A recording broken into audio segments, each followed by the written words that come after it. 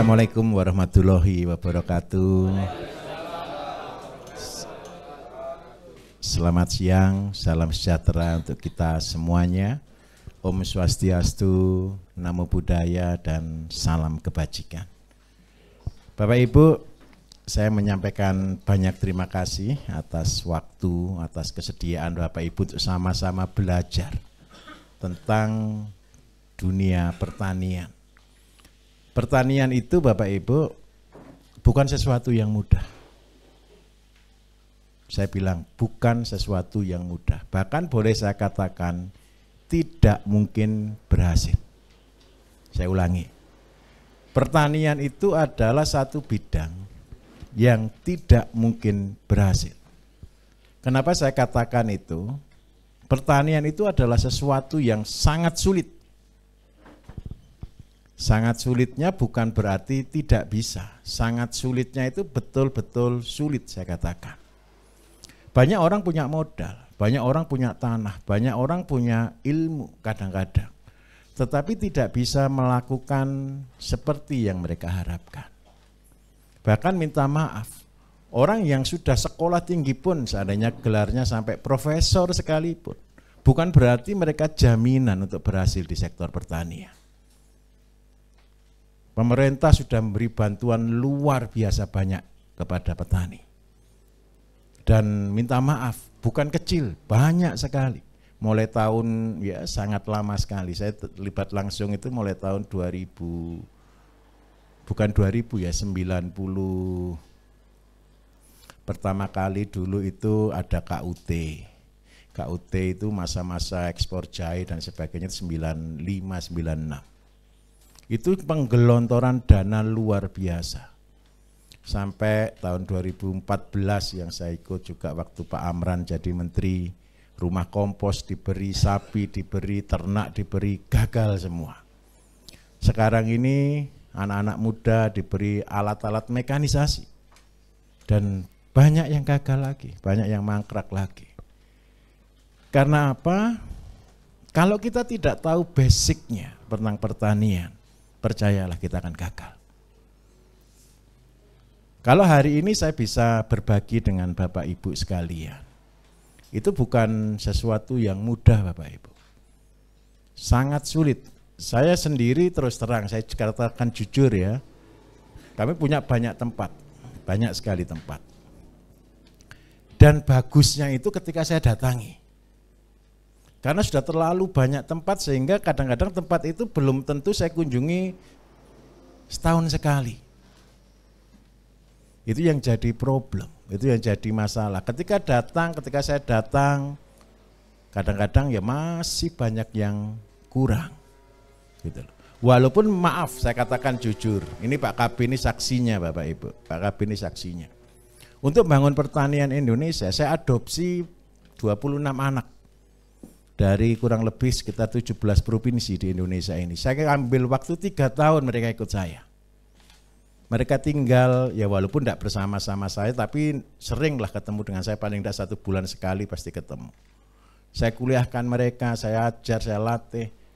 Begitu mereka semua sudah pinter, mereka selalu berkata merasa pintar. Sehingga apa? Mereka tidak melakukan lagi seperti kebiasaannya. Karena itu, ini saya katakan jujur, sejujurnya, saya itu ngajar tentang pertanian itu maju mundur Bapak Ibu. Maju mundur. Selama ini pelatihan kami rata-rata gratis, tidak ada yang berbayar. Kenapa saya katakan itu? Karena ini pengabdian saya. Saya mencintai Indonesia, saya sangat mencintai bangsa ini. Saya juga tidak tahu kenapa saya mencintai bangsa ini. Saya baru bisa ndak nangis nyanyi lagu Indonesia Raya sama Padamu Negeri itu baru tahun 2018 Bapak Ibu. Sebelumnya ketika nyanyi lagu itu saya selalu nangis. Kenapa kok begitu? Karena ada beban yang luar biasa yang belum saya selesaikan. Saya baru selesaikan ngajar seluruh Indonesia itu tahun 2018. Ketika 2018 saya merasa, saya bilang sudah pensiun sudahlah. Saya tidak ngurusi pertanian gitu loh. Baru tidak ngurusi sebentar, tahu-tahu terjadi COVID, Terus habis gitu terjadi kelangkaan pupuk dan sebagainya. Nah, saya sendiri tergerak lagi untuk turun, untuk mengubah ini. Makanya saya sebutnya tahun 2023 ini, saya nyebutnya sebagai kemarin tahun 2023 saya mulai turun. Saya nyebutnya new season, masa musim baru. Saya berharap ada perubahan, gitu, ada perubahan. Saya sendiri sebagai pengajar merasa gagal, Bapak Ibu. Kenapa saya katakan saya merasa gagal? Saya ngajari orang bertani itu lebih dari 10.000 orang yang pernah saya latih. 17 negara sudah pernah datang ke tempat kami di pusat. Tetapi yang saya heran satu, saya tidak bisa mengubah banyak hal untuk Indonesia. Walaupun saya kalau lihat YouTube yang sekarang ini beredar, banyak di antara mereka adalah peserta-peserta pelatihan kami yang dulu, yang saya ajar di tahun 2008 lah, 2008 sampai 2015-an. Jadi ilmu-ilmu itu adalah ilmu yang saya keluarkan tahun 2008 sampai tahun 2015. Tetapi karena perubahan zaman, kita harus ikut berubah. Nah, apalagi tadi ketika Bapak Ibu perkenalan, kenapa ada program perkenalan Bapak Ibu? Jadi begini, waktu belajar kita kan cuma 2 hari. Saya hanya mengajar apa yang Bapak Ibu butuhkan. Jadi perkenalan itu tadi kan intinya cuma satu, Bapak Ibu datang ini karena apa? Nah, tapi alhamdulillah saya bersyukur ternyata cuman begitu-begitu aja nih. Datangnya cuman karena kepengen bertani, bingung mulai dari mana, kan seperti itu. Tapi saya mau katakan jujur ya, saya minta tolong. Bertani adalah impossible untuk berhasil. Tetapi ketika kita lulus di bidang ini, percayalah Bapak Ibu, untuk menjadi orang sukses, satu-satunya jalan yang independen, saya katakan independen, tidak terpengaruh dari manapun, tidak terpengaruh dari apapun, adalah menjadi seorang petani. Apa yang saya sampaikan dalam visi, kalau Bapak Ibu lihat semua tulisan-tulisan di samping ini adalah cita-cita semua kepala daerah. Bupati, gubernur itu kepingin ini semua, tapi tidak mudah. Karena itu tahun lalu Pak Bambang itu usul, ayo Pak kita rubah. Sebelum Bapak Ibu datang untuk pelatihan ini awal tahun 2023, saya datangi desa-desa Bapak Ibu. Saya ngelatih kepala desa. Saya berharap kepala-kepala desa itu mau untuk membuat pabrik pupuk. Saya habis banyak, istri saya protes kok. Saya menghabiskan 5M lebih Bapak Ibu untuk program itu. Protes gitu. Yang bagian dapur protes. Akhirnya saya juga gagal gitu. Gagal lagi. Kenapa? Kalau saya maksa orang untuk bergerak, berubah, enggak bisa. Akhirnya Pak Bambang itu di tengah-tengah putus asa. Sudah Pak, buat aja pelatihan berbayar untuk nyeleksi orang yang niat sama enggak niat begitu. Makanya saya bersyukur sekali ketemu Bapak Ibu siang hari ini. Saya yakin Bapak Ibu adalah orang-orang yang terpilih, yang serius untuk mau belajar. Dan saya berharap satu, nanti setelah belajar tolong betul-betul dilakukan ya. Jangan cuma tambah pinternya ngomong, bukan cuma pinter pengetahuan, tapi betul-betul dilakukan. Karena apa Bapak Ibu? Saya pasti meninggal, semua orang pasti meninggal, betul ya. Tapi saya berharap satu, apa yang saya punya bisa saya bagikan. Apa yang saya miliki itu betul-betul bisa bermanfaat bagi banyak orang. Walaupun sejujurnya seluruh materi saya tidak ada yang tersembunyi di dalam YouTube. Semua sudah kita tampilkan. Sampai kadang-kadang banyak orang kan saya katakan begini, ikut pelatihan, tidak ikut pelatihan, nonton YouTube pun bisa. Sama saja, tidak ada yang tersembunyi di situ. Nah saya juga heran kadang-kadang, Pak Bambang sering komplain, Pak ini sudah penuh lagi. Ya enggak apa-apa, sudahlah, bertahaplah, kita semampu kita bisa membuka kelas seperti itu. Tetapi saya bersyukur, saya berterima kasih kepada Bapak Ibu. Saya berharap satu, ambil ilmunya sebanyak-banyaknya. Dan saya minta tolong nanti disebarkan di tempatnya masing-masing. Setuju ya? Ketika Bapak Ibu mengamalkan ilmu, insya Allah Bapak Ibu sendiri akan lebih pintar. Jadi jangan bosan ketika saya akan mengajari Bapak Ibu mulai dari yang basic. Kenapa saya katakan mulai dari yang basic? Karena itu hidup saya. Yang saya sampaikan ke Bapak Ibu adalah langkah-langkah yang sudah saya alami. Saya untuk mencapai keberhasilan pertanian Bapak Ibu butuh waktu 30 tahun untuk melakukan penelitian ini. Saya sarjana ekonomi, cuman sarjana ekonomi saja, tidak ada apa-apa, tidak ada embel-embel lagi. Tetapi karena saya betul-betul konsisten melakukan program ini, saya berani diadu dengan siapapun. Karena apa? Karena ini hidup saya. Nah, saya berharap satu, tadi ada yang kepingin jadi miliarder dari ayam, betul ya? Sudah ada yang gagal dari ayam, sudah mau mulai dari nol. Nah, ini yang akan saya bagikan. Jadi begini langkahnya. Pak Kabit tadi sudah singgung di dalam pelajarannya. Kita bertani yang organik. Kata organik Bapak Ibu itu terdiri dari dua hal. Yang pertama itu adalah teratur dan seimbang.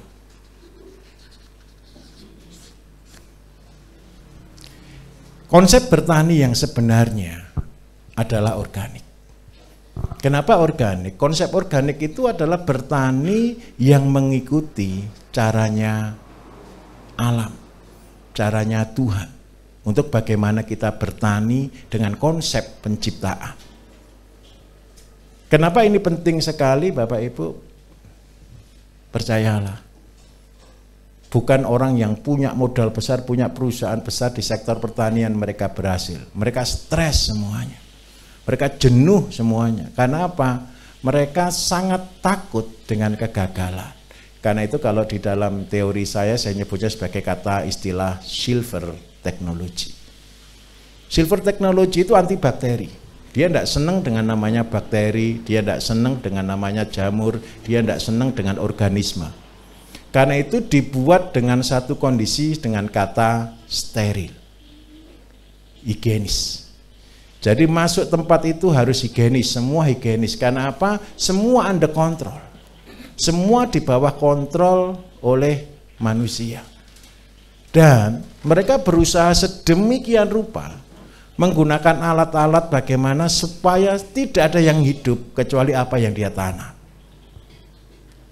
Saya tidak menyalahkan.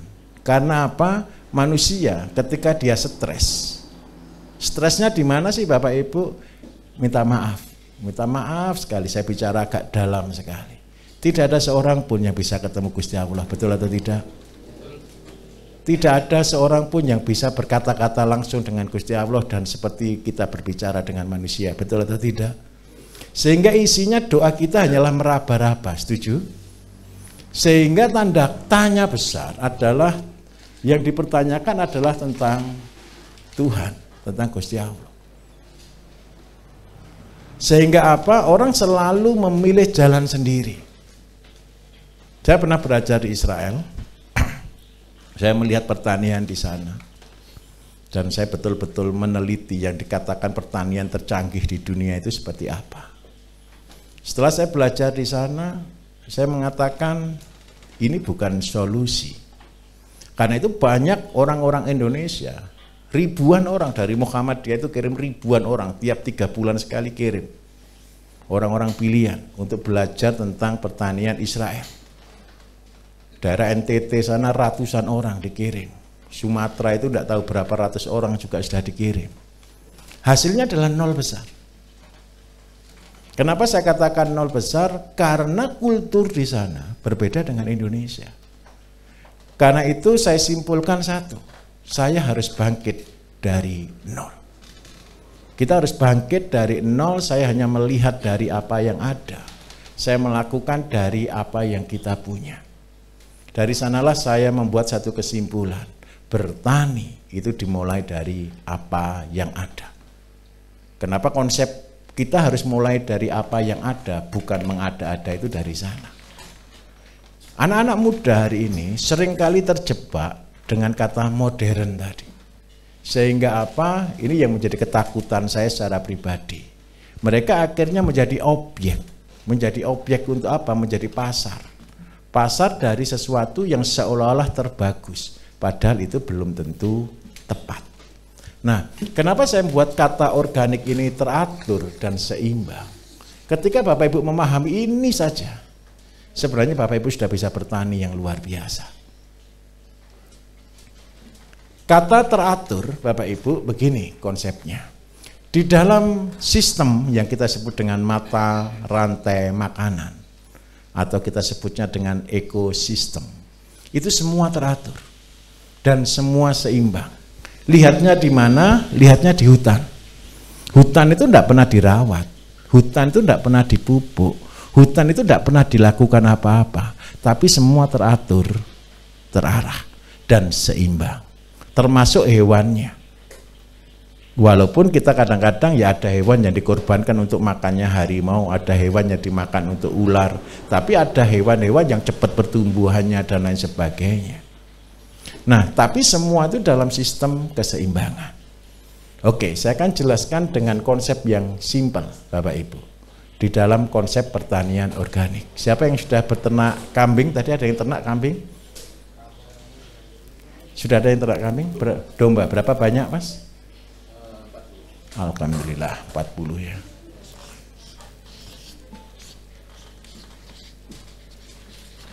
Ini cara saya mengajar Bapak Ibu, supaya Bapak Ibu ngerti dengan sistem organik.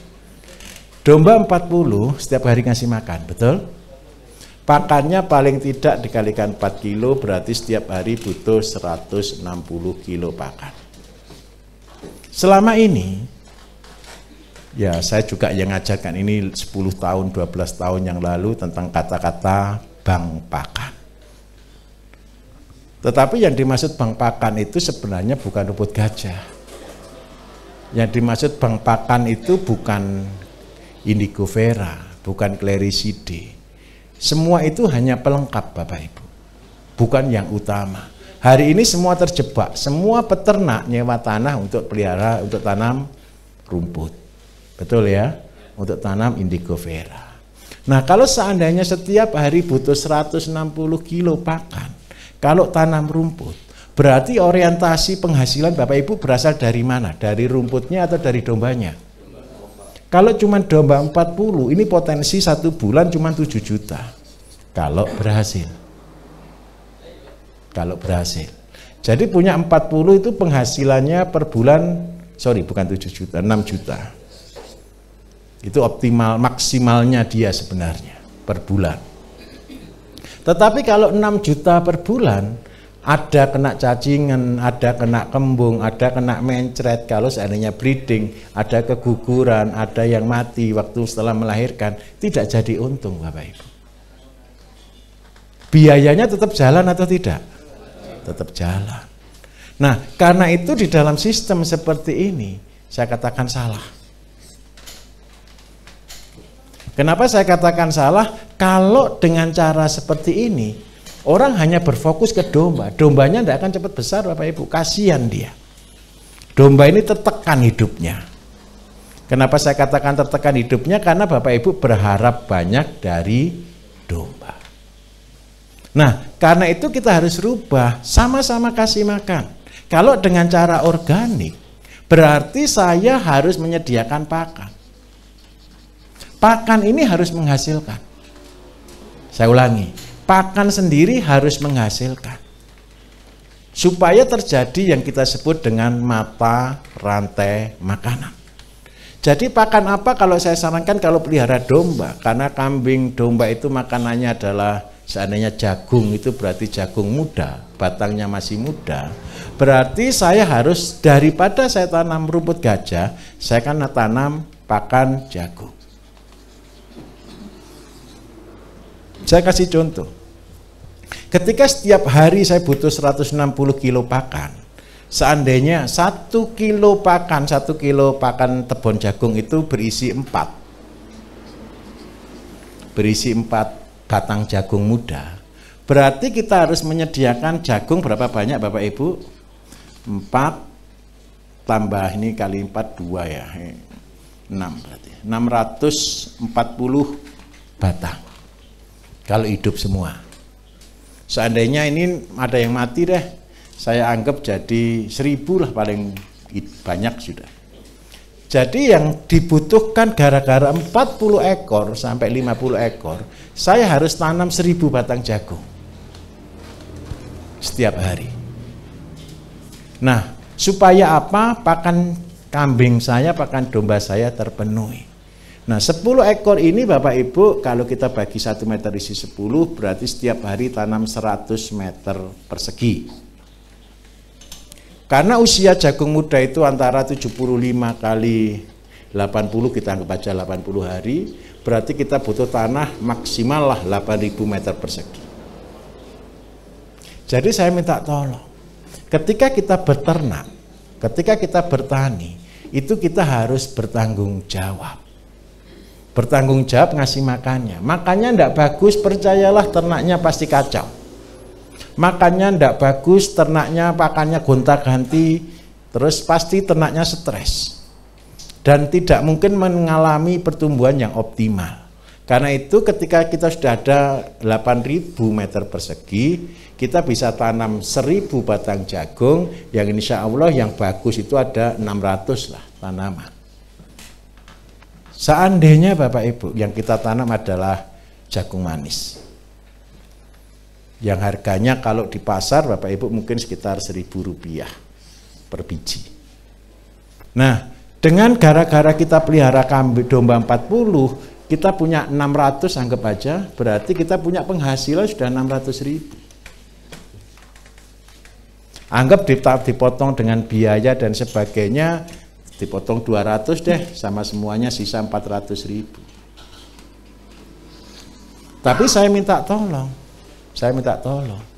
gara-gara saya pelihara domba yang harusnya 1 bulan cuma dapat 6 juta, kalau tidak ada yang mati dan pertumbuhan bagus. Tapi saya tanam jagung yang bisa punya potensi 400.000 per hari. Kalau dikalikan 30 berarti ketemu berapa? Banyak mana untungnya dombanya atau untungnya jagungnya? Kalau dalam kondisi seperti ini, domba sebagai apa? Investasi untuk membuang limbah. Kita mulai bergeser. Gara-gara saya ternak domba, saya punya usaha baru, yaitu tanam jagung. Terus habis gitu domba sendiri menghasilkan kotoran. Kalau yang dia makan 1 hari 160 kilo, berarti kotorannya ya rata-rata 160 kilo karena basah. Ditambah kencingnya kurang lebih sekitar 40 liter per hari. Saya mau tanya Bapak Ibu, seandainya kita bertanggung jawab, apa yang kita ambil kita kembalikan. Saya ulangi ya, seandainya kita bertanggung jawab, apa yang kita ambil dari tanah, kita kembalikan lagi ke tanah. Berarti setiap hari kita punya pupuk 160 kilo untuk luasan 100 meter persegi, tanah kita bagaimana kira-kira? Berupa tanah atau berupa pupuk? Bayangkan kira-kira tanahnya subur atau tidak kalau begini? Terlalu subur. Paham di sini? Inilah yang sebenarnya yang dimaksud dengan pertanian. Sampai di sini ada bisa dimengerti? Kalau begini sistemnya Bapak Ibu, biayanya jagung ditutup dari kotorannya domba. Dombanya makan limbahnya jagung, sehingga terjadi sistem perputaran. Bapak Ibu sendiri digaji oleh domba sebagai wujud tanggung jawab. Kita seringkali sekarang ini yang saya miris satu Bapak Ibu, banyak orang buka pelatihan-pelatihan yang terkotak. Domba-domba saja, terus larinya nanti jualannya bibit. Bibit domba, bibit rumput, betul ya? Orang pelihara ayam larinya ke sana, jualan bibit, jualan pakan. Nah, di dalam konsep kami, kalau semua masih ada kata beli, tidak akan untung. Tetapi dalam sistem sederhana seperti ini, yang kita lakukan, kita akan mengetahui apa yang disebut dengan pertanian organik. Ini teratur. Di mana teraturnya? Gara-gara saya punya domba, saya tanam jagung. Saya tanam jagung yang rutin, teratur. Kalau tidak teratur, Bapak Ibu tidak akan bisa jual jagung. Kenapa sih petani itu harganya fluktuatif? Karena panennya dia hanya 4 bulan sekali atau 3 bulan sekali. Kalau seandainya petani itu setiap hari panen, kira-kira dia tahu harga enggak?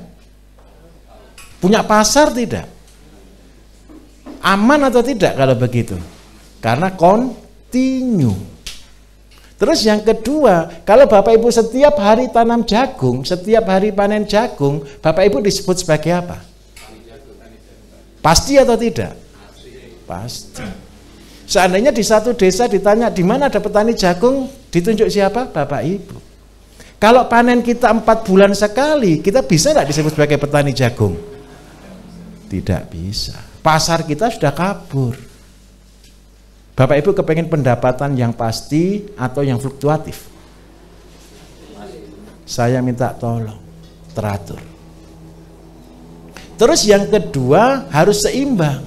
Seimbangnya di mana? Saya pelihara domba, saya tanam jagung, saya tidak serakah, saya tidak tanam jagung 1 hektar kok.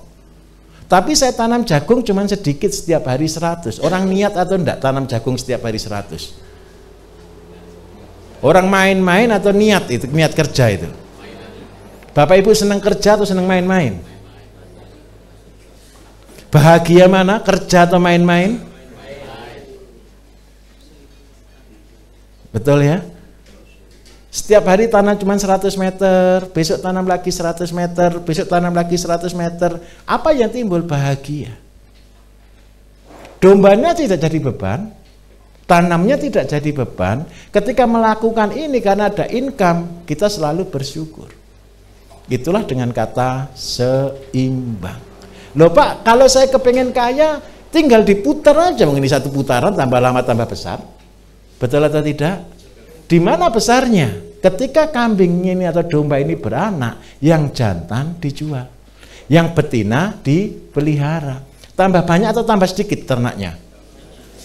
Terpaksa. Gara-gara Bapak Ibu dombanya tambah banyak, jagungnya tambah banyak atau sedikit? Tambah banyak.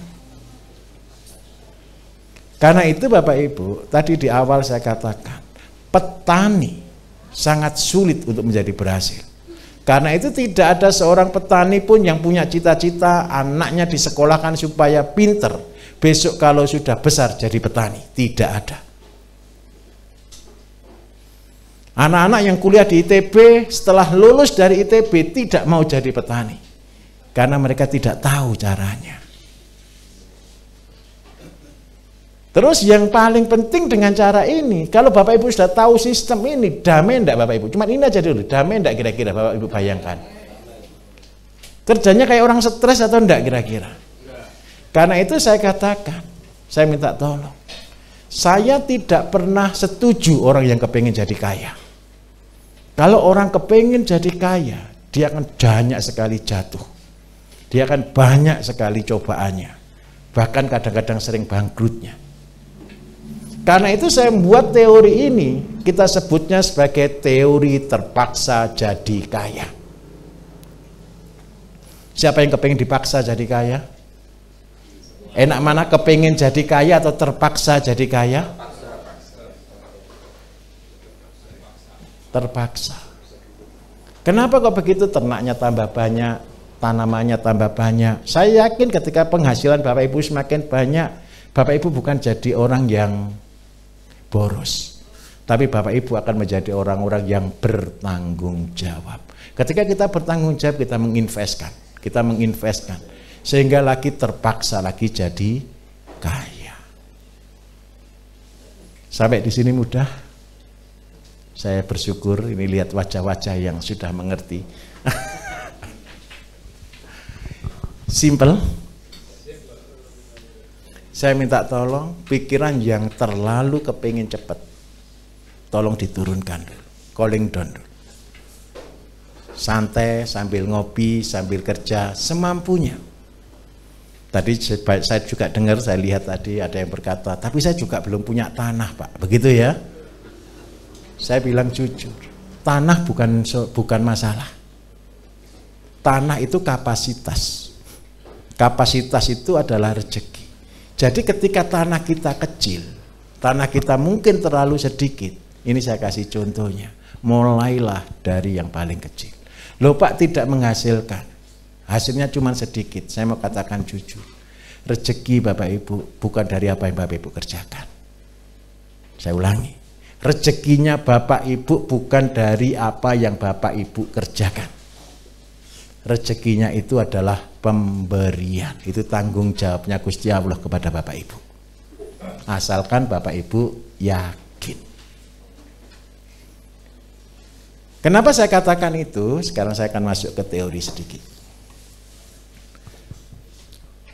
Ketika kita mulai, Bapak Ibu, tadi Pak Kapil sudah mulai dengan LRT, limbah rumah tangga, liruta gitu ya. LRT ini adalah wujud tanggung jawab terkecil kita. Rezeki itu Bapak Ibu datangnya dari Gusti Allah sendiri.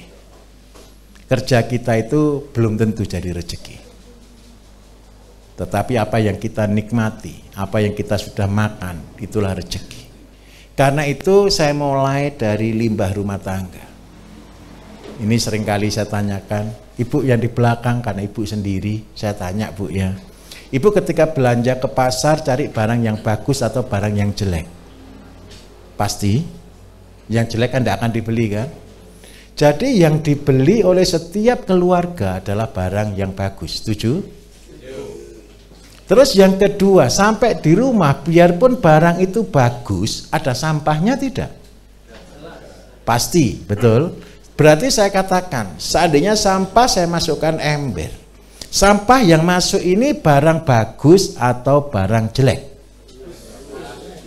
Pasti ini berasal dari barang yang bagus. Contoh kalau Bapak Ibu beli pisang kan tidak mungkin kulitnya dimakan. Betul kan? Kulitnya masuk sini. Ketika Bapak Ibu beli sayur kan tidak mungkin akarnya dimakan. Akarnya masuk sini. Kemudian tempat ini sebenarnya apa sih? Tempat ini bukan tempat sampah. Tempat ini adalah tempat untuk menyimpan barang-barang yang bagus. Saya ulangi, tempat ini adalah untuk menyimpan barang-barang yang bagus. Karena apa Bapak Ibu? Ini tahun 2010, saya sudah pernah membaca undang-undang yang bunyinya begini. Nanti, semua pakan ternak itu harus beli. Karena apa? Tidak boleh ternak diberi makan bangkai, tidak boleh barang-barang yang kotor, tidak boleh barang-barang yang tanda kutip busuk, tidak boleh. Itu nanti, itu undang-undangnya sudah ada mulai tahun 2010 sebenarnya. Yang menjadi masalah, itu nanti takut saya, itu akan menjebak Bapak Ibu di dalam pertanian mandiri. Tapi tenang, saya beri jawaban sekarang. Ketika nanti undang-undang itu akan dilakukan, Bapak Ibu harus punya jawaban ini. Saya tidak memberi makan ternak dengan sampah. Setuju? Karena barang yang ada di sini adalah barang bagus yang saya awetkan. Dengan cara apa? Saya beri namanya cuka. Loh Pak, saya tidak ngasih cuka di dalamnya. Cukanya berasal dari apa? Bapak Ibu ketika nyuci beras, ada airnya kan? Air beras ketika disimpan baunya apa? Asam. Asam itu apa? Cuka. Jadi kenapa saya senang sekali dengan kata leri? Tahu leri ya? Air cucian beras. Air cucian beras ini kalau kita biarkan saja, dia akan jadi cuka. Cuka ini adalah salah satu pengawet. Pengawet itu ada gula. Kalau kita membuat daging dikasih gula namanya dendeng. Betul ya? Ikan asin berarti dikasih garam. Yang berikutnya adalah cuka. Cuka ini adalah pengawet. Bapak Ibu taruh di sini wortel, percayalah 2 tahun dia tidak akan berubah. Bapak Ibu masukkan di sini tomat, tidak akan rusak. Warnanya tetap merah, bentuknya tetap tomat, cuman lembek. Paham ya? Jadi kalau Bapak Ibu seandainya cabai pas murah, buatlah cuka. Disimpan 1 tahun, 2 tahun tetap cabai yang berwarna merah. Nah, cuka ini menyimpan ini.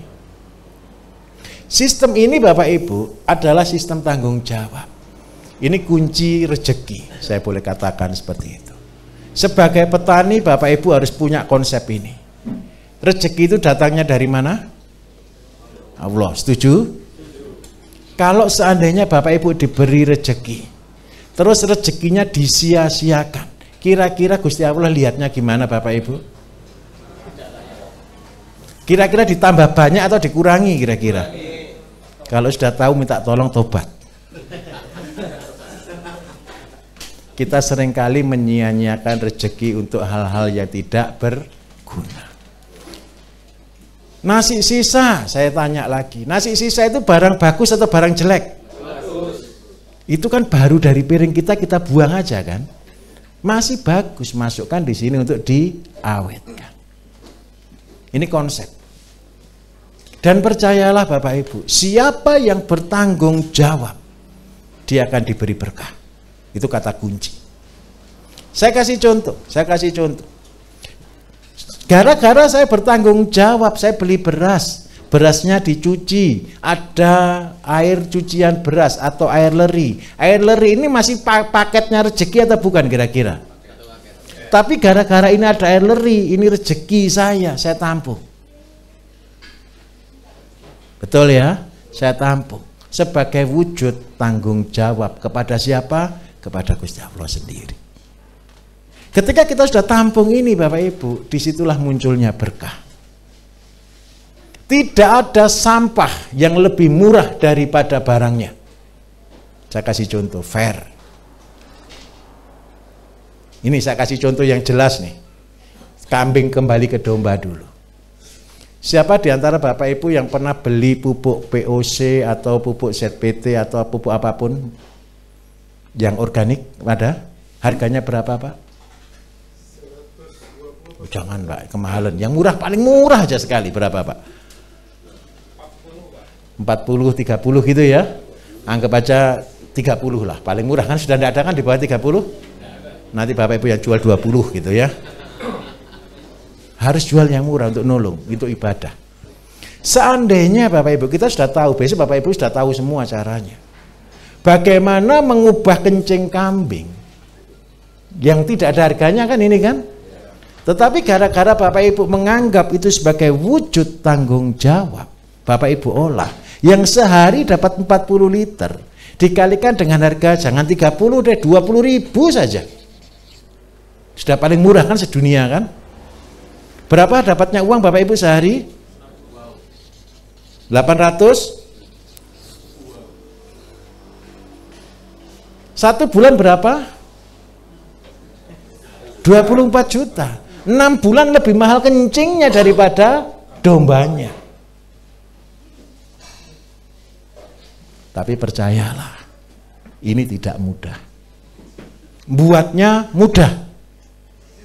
Saya ulangi, buatnya mudah, prosesnya mudah. Bapak Ibu pasti bisa melakukan dengan sempurna. Jualnya susah. Kenapa kok jualnya susah? Karena Bapak Ibu belum siapa-siapa. Saya ulangi, Bapak Ibu belum siapa-siapa.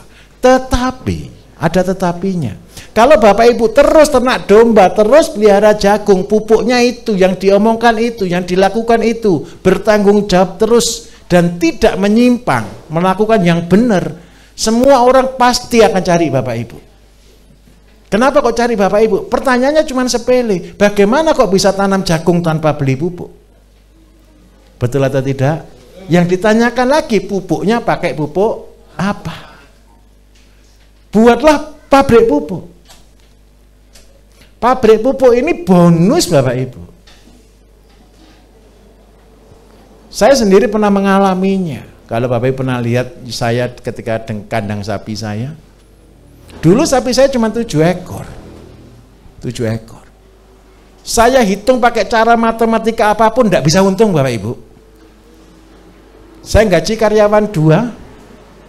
Yang 1 bulan 3 juta kali 2 6 juta.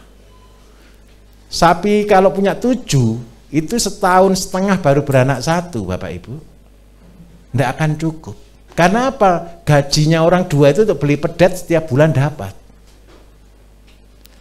Orang tua saya protes ke saya, kamu itu jurusan ekonomi, masa tidak bisa berhitung?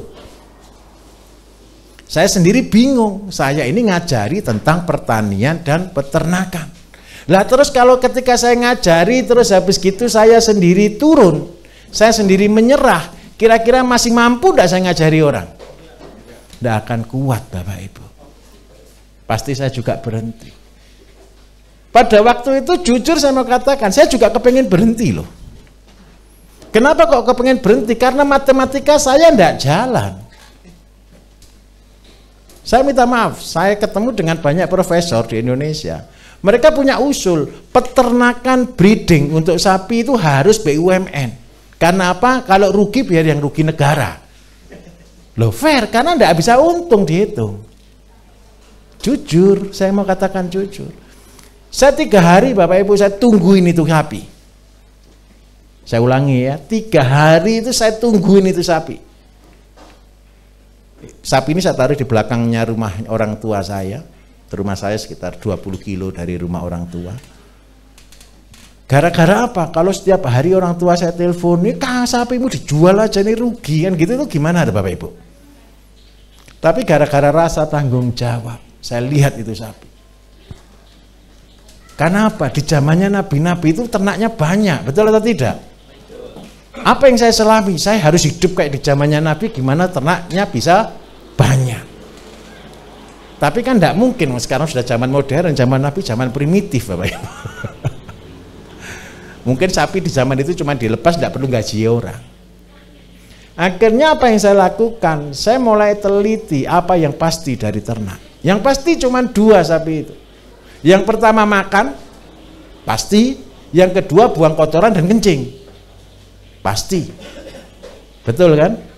Mulai hari itu saya perintah anak buah saya daripada nganggur, setiap hari kumpulkan kencing. Sudah lebih gila, karena sudah lebih stres kan? Kumpulkan kencing, kumpulkan kotoran sapi. Singkat cerita, karena sapi 7, setiap hari kencingnya 30 liter. Berarti setiap hari berapa liter? 30 kali 7 berarti berapa? 210. 1 bulan berapa? 6.000. 1 tahun saja Bapak Ibu, saya sudah bisa nampung 50 ton kencing. Setelah tertampung 50 ton, saya belum tahu cara yang seperti besok Bapak Ibu kerjakan. Saya olah, saya oksidasi, saya kasih bakteri, saya kasih trichoderma, saya kasih gitu, saya olah. Saya jual cuma 2.500 Bapak Ibu 1 liter loh, sudah paling murah lagi kan dari antara Bapak Ibu kan? Nggak laku. Ya laku teman-teman yang kepengen nyoba gitu aja. Saya tanya hasilnya bagus, bagus. Tapi beli lagi tidak. Sungkan. Betul kan? Dari 2.500 berapa bulan saya naikkan lagi jadi 5.000. Lebih tidak laku. Terus habis gitu saya naikkan lagi Bapak Ibu 10.000. Karena saya tambahi bahan lagi, saya olah lagi. Dan tidak laku lagi. Terus akhirnya saya sudah putus asa gimana sampai setelah 3 tahun. Bayangkan, setelah 3 tahun, lama atau sebentar? Tahu-tahu rezekinya datang Bapak Ibu. Anak buah saya, pasukan saya bilang begini, Pak, kita ini salah harga. Terus dijual berapa enaknya? Jual aja 100.000. Orang stres atau enggak Bapak Ibu? 10.000 enggak laku terus dijual 100.000. Enggak sampai setahun 50 ton habis. Sampai hari ini kalau beli inden. Bahagia enggak? Bahagianya satu saya tunjukkan. Untung dulu sapi saya tidak saya jual. Paham maksud saya? Gara-gara kencing, saya 1 tahun bisa dapat 5M, tapi kan saya bagi dengan distribusi semuanya, saya tinggal terima 1,5 sampai 2M lah setiap tahun. Dari jual kencing sapi. Saya tanya, ini rezeki atau kerja saya? Rezeki. Kenapa saya katakan rezeki? Saya selama 3 tahun mungkin rugi 300 jutaan. Gara-gara sapi 7 tadi. Bukan untung loh Bapak Ibu, rugi. Tetapi gara-gara saya taat dan bertanggung jawab, saya bisa dapat penghasilan 2,5M 1 tahun, 3 tahun pertama, terus 1 tahun itu saya dapat 2,5M. Untung saya kehapus, anggap aja 500 juta hilang, untung saya tinggal 2M. Itu untung atau rezeki? Rezeki. Jadi ternyata Bapak Ibu, untuk membuka rezeki kita, percayalah, kadang-kadang Gusti Allah itu nguji. Kenapa saya katakan pertanian itu impossible? Sampai saya di YouTube sampai saya tulis, bukan saya tulis, sampai saya ngomong begini. Orang bertani itu seperti ujiannya, itu seperti melewati jembatan Shirathul Mustaqim yang tidak mungkin berhasil. Mau sepertujuh rambut, betul ya? Bisa enggak orang nyebrang sepertujuh rambut? Ilmunya satu, tadi Pak Kabir sudah singgung. Bisa kalau kita nyebrang ketika kita sudah pasrah. Kalau kita pasrah, kita tidak jalan Bapak Ibu sebenarnya, digendong. Kalau tidak digendong, putus tidak itu rambut? Putus. Kalau digendong, ya tidak putus, mau tidak jalan di atasnya rambut kok. Paham maksud saya? Jadi, siapa yang bisa lulus dalam sektor pertanian ketika Bapak Ibu sudah betul-betul pasrah? Saya bisa betul-betul pasrah Bapak Ibu setelah saya gagal 18 kali. Gagal 18 kali itu tidak enak Bapak Ibu. Batuk saya ini, tahu batuk Bapak Ibu? Dahi saya ini tulisannya orang gagal.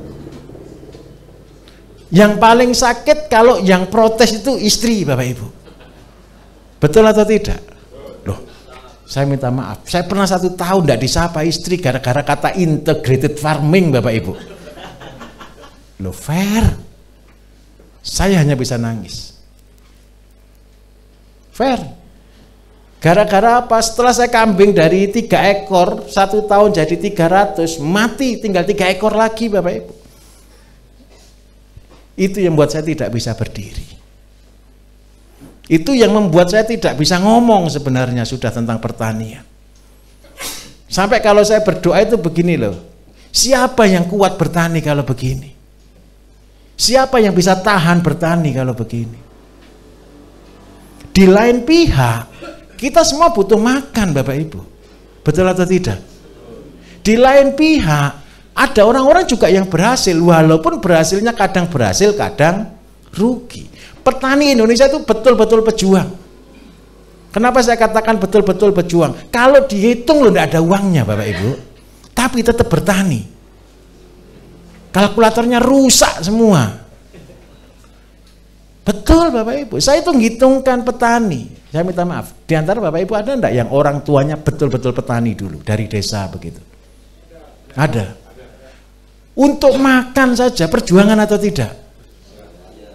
Tapi bisa nguliahkan Bapak Ibu, bisa nyekolahkan Bapak Ibu, bisa bangun rumah. Uang dari mana? Pernah enggak kita berpikir uang dari mana mereka? Ada waktu-waktu itu ada banjir rezeki. Tapi gara-gara mereka susah, mereka prihatin, mereka betul-betul sangat perhitungan. Dan petani seperti itulah mental yang kita butuhkan hari ini. Nanti Bapak Ibu ketika tiba waktunya yang saya sebut dengan masa hujan, masa rezeki seperti yang saya alami tadi, kita akan betul-betul mendapatkan banjir rezeki. Saya dulu Bapak Ibu mengajari orang jadi miliarder ketika saya masih kontrak rumah.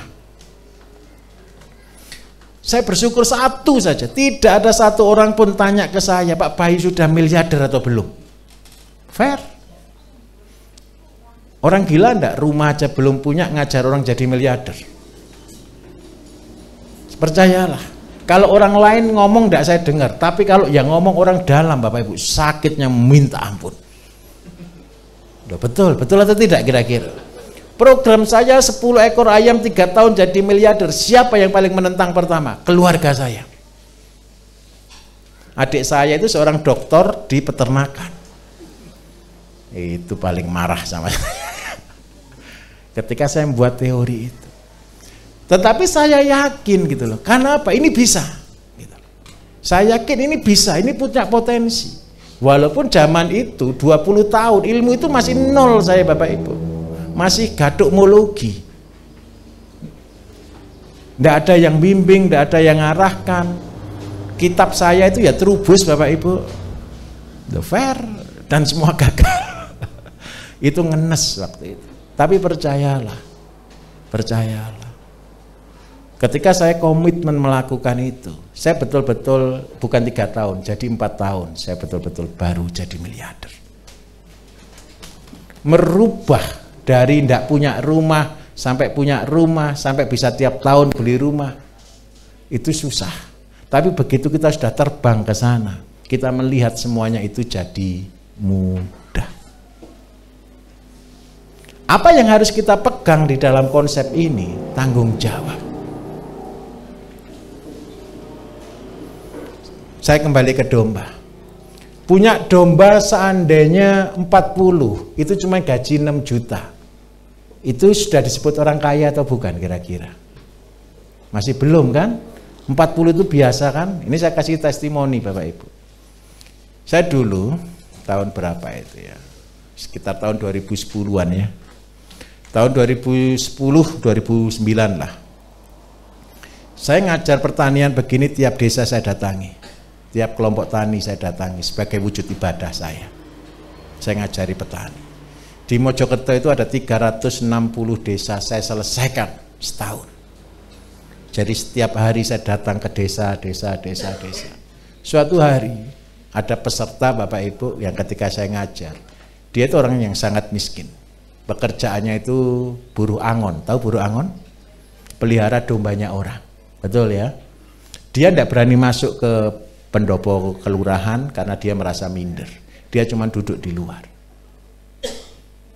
Ketika saya ngajar saya juga tidak tahu orangnya juga, saya tidak tahu. Setelah saya ngajar tentang teori kambing. Jadi selain teori ayam 10 3 tahun jadi miliarder, saya juga punya teori kambing 1 ekor 6 tahun jadi miliarder. Orangnya itu ngerti. Ternyata yang dilakukan setelah dia pulang dari acara itu, punyanya dombanya orang dikembalikan semua, tinggal punyanya sendiri. Sisa waktu itu sekitar 20 ekor. Dan dia melakukan persis seperti apa yang saya latihkan. 3 tahun berikutnya Bapak Ibu, dia nyari rumah saya.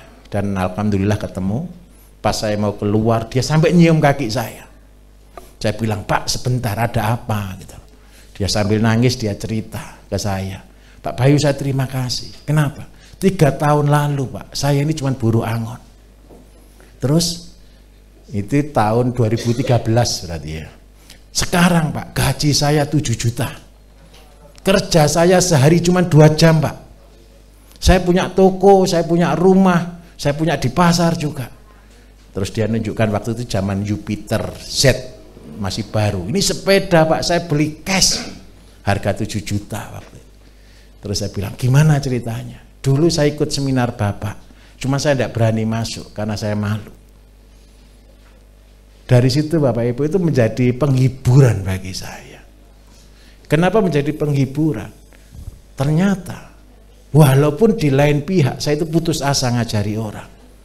Tetapi kalau pas ada yang rezekinya ya tanda kutip ya, waktunya rezekinya sudah tiba, ternyata dia diubahkan menjadi orang yang luar biasa. Saya berharap cerita ini bukan sekali, saya berharap cerita ini banyak sekali. Siapa yang kepingin diantara Bapak Ibu jadi miliarder nanti ke depan ada? Semua kepingin? Tolong ya, jangan kepingin. Jalani saja, biarkan terpaksa jadi miliarder. Supaya apa? Kalau kita kepingin Bapak Ibu, ketika Bapak Ibu jadi miliarder, Bapak Ibu akan menjadi orang-orang yang sombong. Kenapa saya katakan menjadi orang-orang yang sombong? Bapak Ibu akan berkata, karena saya sudah kerja keras. Tetapi kalau Bapak Ibu terpaksa jadi miliarder, Bapak Ibu tetap jadi orang sederhana atau jadi orang sombong? Kenapa? Saya itu lo tidak kepingin kaya, cuman terpaksa saja saya jadi kaya. Lo enak kan? Ayo, generasi muda butuh ini. Generasi muda butuh Bapak Ibu. Saya lanjutkan. Jadi, setuju, limbah lebih mahal dari yang utama? Saya kasih contoh lagi, air beras. Walaupun nanti beras harga 20.000 seandainya. Sudah mahal, betul kan? Airnya berharga atau tidak? Tidak berharga. Air berasnya berapa liter kalau nyuci 1 kilo beras? Paling sedikit 2 liter. Seandainya harganya sama 20.000 deh. Berapa berarti 1 kilo tadi menghasilkan 2 liter. Kalau 2 liter kali 20 ketemu berapa? 40. Mahal mana berasnya atau air lerinya? tolong besok jangan dibuang. Jangan berkata, lo ini lo tidak ada gunanya. Jangan berkata begitu. Saya masuk lebih dalam lagi. Ketika Bapak Ibu masih orang-orang gagal, Bapak Ibu berarti atau tidak? Maunya dibuang aja kan? Karena tidak berguna kan? Tetapi ketika tiba waktunya, Bapak Ibu diolah, belajar, tekun, Bapak Ibu menjadi orang yang berhasil, maka Bapak Ibu sudah tidak disebut lagi orang yang gagal. Maka Bapak Ibu berharga atau tidak di situ? Karena itu saya katakan, tidak ada manusia yang tidak berguna. Semua manusia itu berharga. Cuman satu, waktunya belum tiba. Lah kalau tidak ada yang didik, tidak ada yang ngajar, bagaimana mereka bisa berhasil? Saya minta tolong. Ketika nanti Bapak Ibu sudah berhasil, tolong mereka. Sampah-sampah masyarakat, tolong mereka. Kenapa saya katakan gitu? Saya dulu pernah disebut orang gagal Bapak Ibu. Tidak sebentar, 30 tahun. Lama atau sebentar kira-kira 30 tahun? Lama sekali. Saya kepingin sekali. Putus asa, terus tidak usaha, terus kerja gitu, saya kepingin. Saya alhamdulillah Bapak Ibu, saya tidak pernah bekerja ikut orang. Padahal saya lulus kuliah, yang nawar itu bank, karena IP saya tinggi sekali. Ketika saya kuliah, saya sudah jadi petani. Jadi jam 6 pagi saya kuliah, jam 3 pagi tadi saya sudah di sawah. Pulang dari kuliah saya panen ke pasar, setiap hari itu yang saya lakukan. Tapi kimia zaman dulu. Usia 24 tahun ayam saya sudah 78.000 Bapak Ibu. Karena saya kerja mulai usia 16 tahun. Tapi percayalah, habis puncak, punya 78.000 banyak atau sedikit Bapak Ibu? Tahun 2000-an awal, penghasilan kotor saya per 2 bulan 1 M. Tapi percayalah, rumah aja lo tidak punya zaman itu. Habis lama-lama ditipu orang, habis gitu Bapak Ibu. Tapi ya sisa tanahnya masih ada. Nah, tapi itu tidak membuat saya putus asa. Kenapa saya tidak bisa membuat putus asa? Satu, percayalah, anak cucu kita masih makan dari pertanian. Setuju atau tidak? Tadi Pak Bambang tadi pagi sudah singgung sedikit. Your food is your medicine. Makananmu adalah obatmu. Saya getol lagi di dunia pertanian Bapak Ibu. Setelah pasen kami total lebih dari 1 juta orang. Jadi Jawa Timur dan Jawa Tengah ini kita ada di 50 kota. Kalau pasennya kita total itu lebih dari 1 juta orang. Dan setiap tahun penyakit tambah banyak. Dan setiap tahun pasien pasti bertambah. Saya ini adalah pabrik herbal satu-satunya di Indonesia yang tidak senang jualan jamu. Lah sudah parah kan Bapak Ibu? Bapak Ibu kalau punya pabrik pengen jualan atau tidak? Kalau saya pabrik herbal yang tidak kepingin jualan obatnya. Kalau ada pasien sembuh gitu ya, dari dia tidak bisa apa-apa, dari tidur sampai dia bisa bekerja, kalau ketemu saya kan bahagia gitu kan, sampai nyium, sampai sujud kan gitu kan. Saya selalu bilang satu, saya lo tidak pernah percaya obat saya, kok Bapak percaya? Kenapa Bapak Ibu? Karena saya tidak bisa menyembuhkan. Karena obat saya juga tidak bisa menyembuhkan. Yang menyembuhkan Gusti Allah. Tapi kalau mau saya katakan jujur, apa yang paling bisa menyembuhkan orang sakit adalah makanan. Kenapa kita singkat tani itu adalah tawakal, niat, ibadah. Bertani itu perjuangan, buat yang bagus, jangan bisnis dengan manusia, rugi. Kenapa saya katakan rugi berbisnis dengan manusia? Paling cuma dapat uang Bapak Ibu. Betul atau tidak? Tapi kalau bisnis dengan Gusti Allah dapat apa? Ya dapat pahala dan dapat rezeki. Pahala itu nanti kalau kita sudah mati, tapi rezeki waktu kita masih hidup. Ketika saya sudah tahu konsep ini, pekerjaan saya berubah. Kalau saya ditanya orang, pekerjaannya Pak Bayu apa? Menghabiskan uang yang tidak pernah habis. Mau seperti itu? Kenapa saya harus menghabiskan uang? Supaya tidak jadi orang kaya.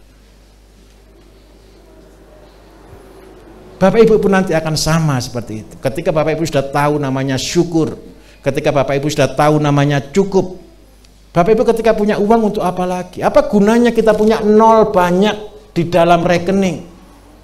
Siapa yang paling untung kalau nol kita banyak di dalam rekening? Apakah bermanfaat bagi orang lain? Yang paling bahaya satu, kita punya rasa aman yang salah.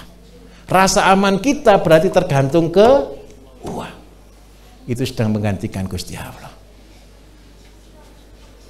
Saya minta tolong. Saya ngajari pertanian dari basic Bapak Ibu. Ini bukan sederhana. Tapi inilah kenyataannya. Bapak Ibu mulai 10 ekor ayam, 1 ekor kambing, ataupun cuma 1 pasang ayam, tidak ada bedanya sama sekali. Hanya waktu saja yang membuat kita menjadi besar. Setuju? Hanya waktu. Apa yang paling penting kalau begitu? Kalau cuma waktu, tadi yang saya jawab yang tidak punya tanah, percayalah. Mumpung tidak punya tanah, berarti Gusti Allah ngasih tanggung jawabnya besar atau kecil? Kalau dikasih tanggung jawab kecil, harusnya dikerjakan dengan sempurna atau tidak? Kalau boleh itu tanaman tidak ada rumput satu pun. Kalau boleh kita ngitung daunnya lombok, wong nggak punya kerjaan. Paham maksud saya? Saya ulangi. Saya testimoni lagi saya. Tahun berapa ya? 2008 ke sekarang berapa tahun Bapak Ibu? Ya anggaplah 16 tahun lalu. 16 tahun lalu saya juga belum punya tanah. Tanah saya itu, rumah saya panjang. Ini kontrakan. Ini sekitar 24 meter, di sini ada 3 meter. Ini ada parkir untuk mobil, ini kosong, ini gudang sampah saya, gudang limbah rumah tangga saya itu di sini berdrum-drum. Terus di sini ini ada sekitar 3 kali 3. 3 kali 3 ini semua paving. Jadi saya tanamnya hanya di dalam pot. Itulah laboratorium saya pertama kali. Karena saya pengangguran, setiap hari ngukuri daun Bapak Ibu, ngukuri panjangnya kangkung, ngukuri pertumbuhannya kangkung, kangkung beranak berapa hari sekali, kangkung bisa dipanen berapa lama sekali, diberi apa yang dia bisa pertumbuhannya bagus, sampai minta maaf kangkung saya bisa keluar duri Bapak Ibu, karena terlalu subur, karena hormon auksinya terlalu tinggi. Saya mau tanya, kalau orang nganggur begitu dikerjakan dengan serius kayak gitu, dia jadi pinter atau tambah bodoh? Bukankah ini pekerjaannya profesor? Betul atau tidak? Saya minta maaf. Ini di desa-desa, walaupun mungkin ada Bapak Ibu yang tidak mencapai pendidikan tinggi, saya minta tolong, jadilah profesor di bidangnya masing-masing. Bagaimana kita harus jadi profesor di bidangnya masing-masing? Kalau diberi tanggung jawab sekecil mungkin, kerjakan sebaik mungkin. Gara-gara saya ngerjakan ini, Bapak Ibu, tetangga saya tanya, Pak Bayu ngapain?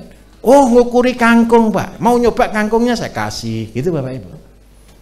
Akhirnya mereka komentar, loh ternyata kangkung organik itu rasanya renyah Pak ya, enak gitu. Loh iya Pak, tapi minta maaf ya enggak punya lahan Pak. Oh tenang Pak, ini saya punya sawah Pak, nganggur enggak digarap. Coba bayangkan. Pertama kali dipinjemi 300 meter. Setelah saya kerjakan lagi dipinjemi lagi 1000 meter Bapak Ibu. Dari mana kita dipinjemi? Gara-gara tanggung jawab. Jangan gara-gara enggak punya tanah terus nanti bilang saya enggak punya tanah, enggak dikerjakan. Ya percayalah rezekinya enggak datang-datang. Paham maksud saya? Itulah bisnis dengan Gusti Allah. Itulah bisnis dengan Tuhan. Enak mana bisnis dengan Gusti Allah atau dengan manusia? Percayalah Gusti Allah tidak pernah ngutang Bapak Ibu. Fair. Selama saya hidup, Gusti Allah tidak pernah ngutang. Saya ditipu orang berpuluh-puluh sampai hafal. Tidak tahu berapa kali. Tetapi satu, Gusti Allah selalu membela. Saya kasih contoh. Suatu hari tahun 2000 berapa itu Pak Bambang kena ke Halmahera itu tahun 2014-2015 mungkin. Ada kampus bangkrut. Saya tidak tahu aja, saya dengan profesornya saya kasihan. Saya bilang, oke Pak, saya adopsi kampus ini, saya support. Tapi saya minta, saya milih mahasiswanya Bapak Ibu saya jadikan petani. Jadi lahan di ini Politeknik namanya Politeknik Padamara di Halmahera. Saya support ini kampus, ya nyupport kampus banyak Bapak Ibu. 1 bulan ratusan juta.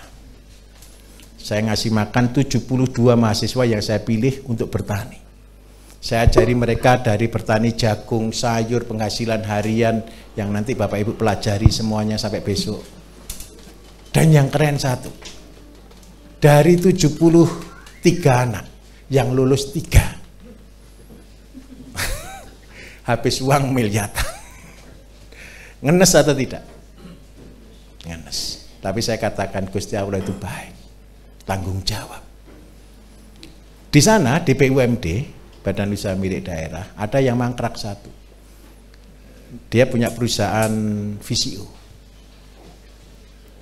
Ibu Alamo perusahaannya, PT Ibu Alamo kalau tidak salah. Pabrik ini tidak jalan Bapak Ibu, karena setiap bulan cuma tidak sampai jual 100 liter, itu pun ekspor ke Australia melalui NGO. Terus akhirnya saya ketemu Pak Bupati, terus dibilangi, Pak Bayu tolong Pak ini diatur. Oke. Saya lihat pabrik, ya sudah, saya cuma niat bantu Pak, saya bilang gitu. Saya beli, pertama saya order langsung 1 ton. Saya belum tahu untuk apa. Saya bilang jujur Bapak Ibu. Dia ada izin lengkap, BP POM sudah ada lengkap. Saya bilang, Pak saya akan jual terserah saya. Saya beli 100.000, saya jual 4 juta. Logis atau tidak? Saya ulangi. Saya beli 100.000, saya olah sedikit, saya jual 4 juta. Logis atau tidak? Tidak logis. Perusahaan sendiri jual cuma 100 liter per bulan. Ini saya katakan, kalau bisnis dengan Gusti Allah, percayalah kita bahagia. Saya 1 bulan bisa habis 1 ton. Berarti untung saya berapa per bulan? 1 ton kali 4 juta itu 4 M Bapak Ibu. Saya potong dengan distribusi semuanya tinggal 2 M. Anggaplah saya terima bersih 1,5 M per bulan selama 7 bulan. Saya mau katakan, modal yang saya keluarkan mungkin 1 sampai 3 M di sana. Tapi saya bisa pulang dari sana, bisa bawa uang 7 M lebih. Untung atau rugi? Itu rezeki atau kerja? Enak mana? Kerja dengan rezeki atau kerja dengan otot kita? Karena itu lakukan yang benar. Lakukan saja yang benar. Insya Allah jalan akan selalu terbuka. Paham di sini? Dan yang 3 anak tadi saya lanjutkan ceritanya. Sekarang ini heboh di dunia. Karena 3 ini sebagai pengajar di Thailand, di Vietnam, di Filipina, di Australia. Dari 3 anak tadi. Jadi apa yang saya latih semua di sana, mereka sudah rangkum, mereka sudah hafal kan, karena setiap hari. Dan ketika itu dibawa ke luar negeri, mereka semua menjadi master-master yang luar biasa. Bahkan mereka akhirnya bisa kuliah di Australia, dan sekarang banyak yang ngajar. Pokoknya ASEAN dia juara deh, tentang farmakultur. Nah, saya mau katakan jujur, memang perjuangan itu seolah-olah impossible. Tetapi ketika kita melakukan step by step, itu mudah. Saya lanjutkan lagi. Setelah kita punya ini tadi, untuk apa? Kita mulai membuat 2. Disinilah muncul kenapa saya cuma pelihara ayam 10+1. Kenapa ayam muncul 10+1? Limbah rumah tangga kita, seandainya dicampur dengan dedak padi, itu hanya cukup untuk 10 ekor ini.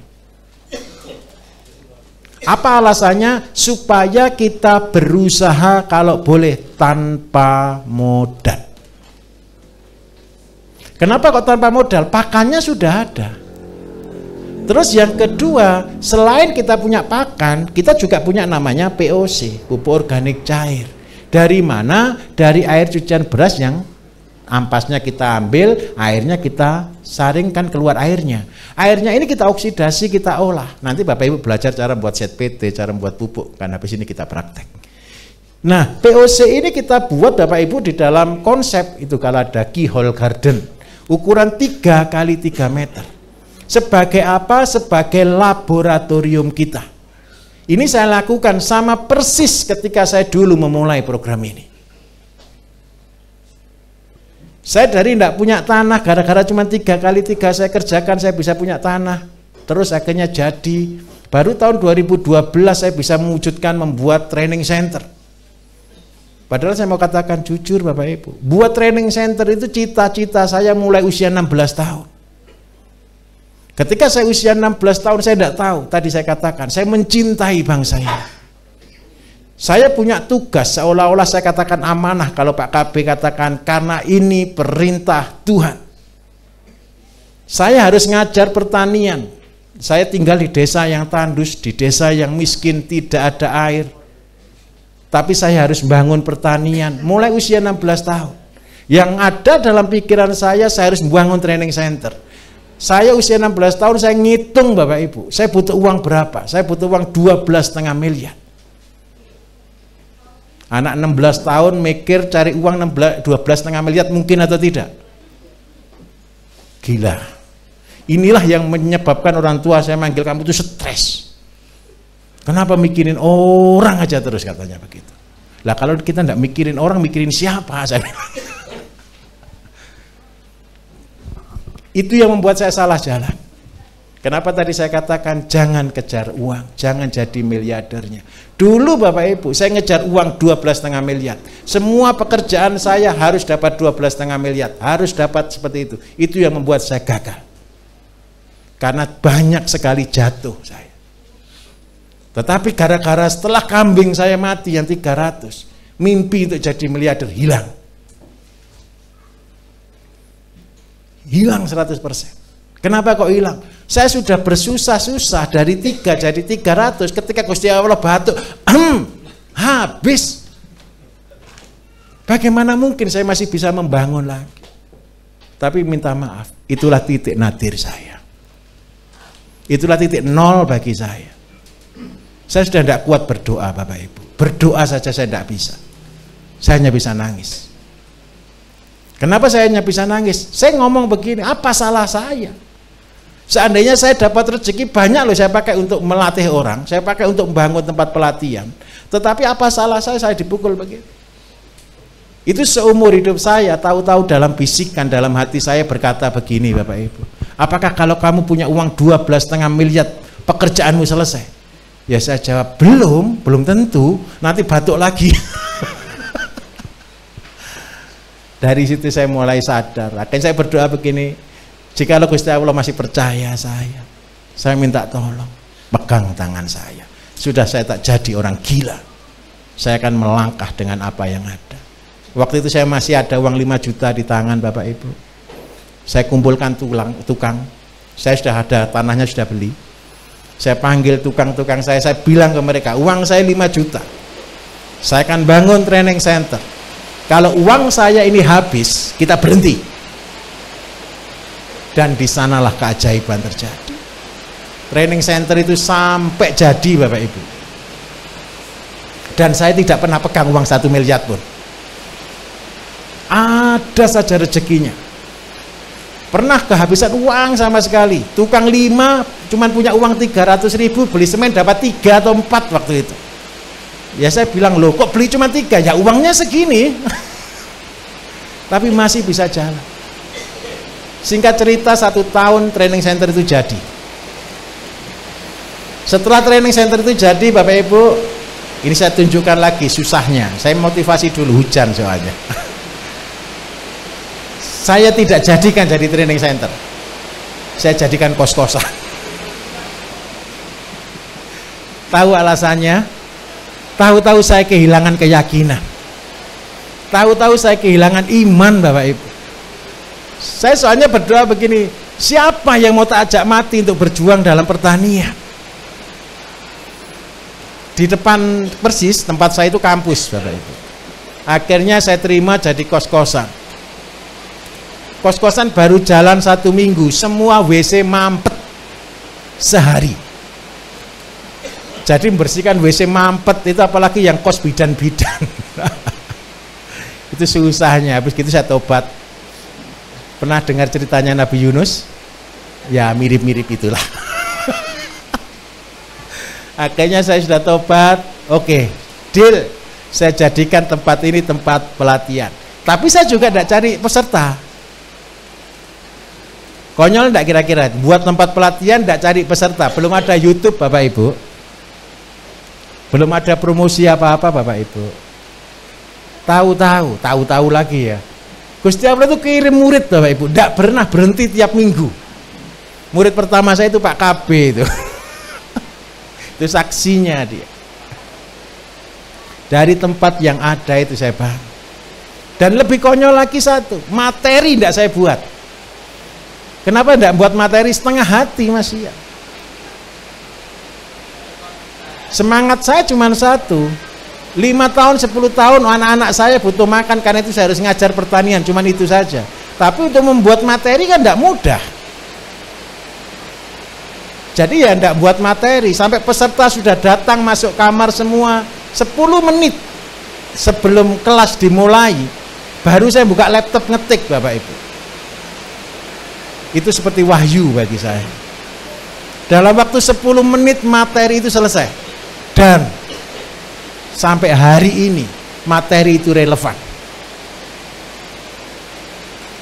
Itu yang buat saya heran.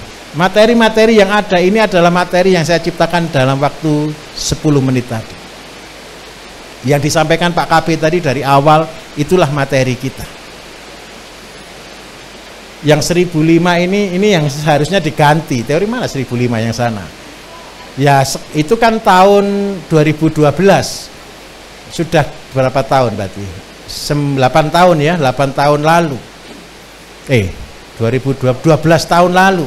Harusnya sudah berubah lah, tidak 1005 juta. Harusnya 1000 jadi 15 juta itu harusnya.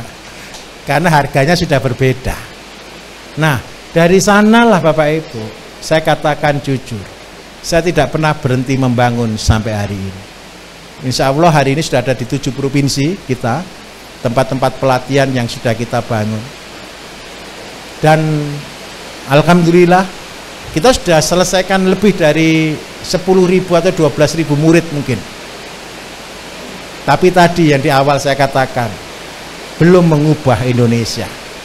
Saya berharap session yang baru ini Bapak Ibu lah yang menjadi pengubah itu. Setuju ya?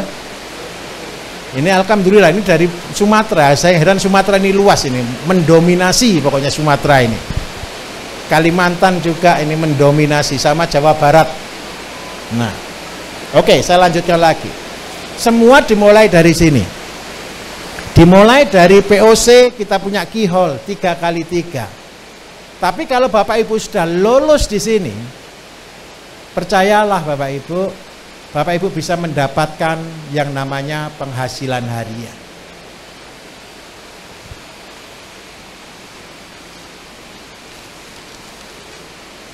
Tapi minta maaf, bisa dengar enggak ya? Yang belakang masih volumenya Mas Agus.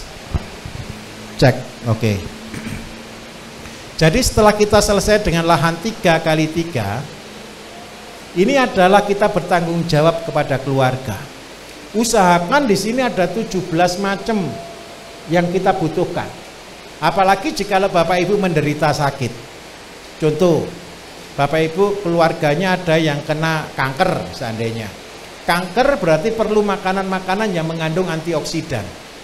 Contoh kita bisa tanam di situ kelor, labusium, gambas, tanaman-tanaman yang cepat tumbuh yang memiliki antioksidan yang tinggi.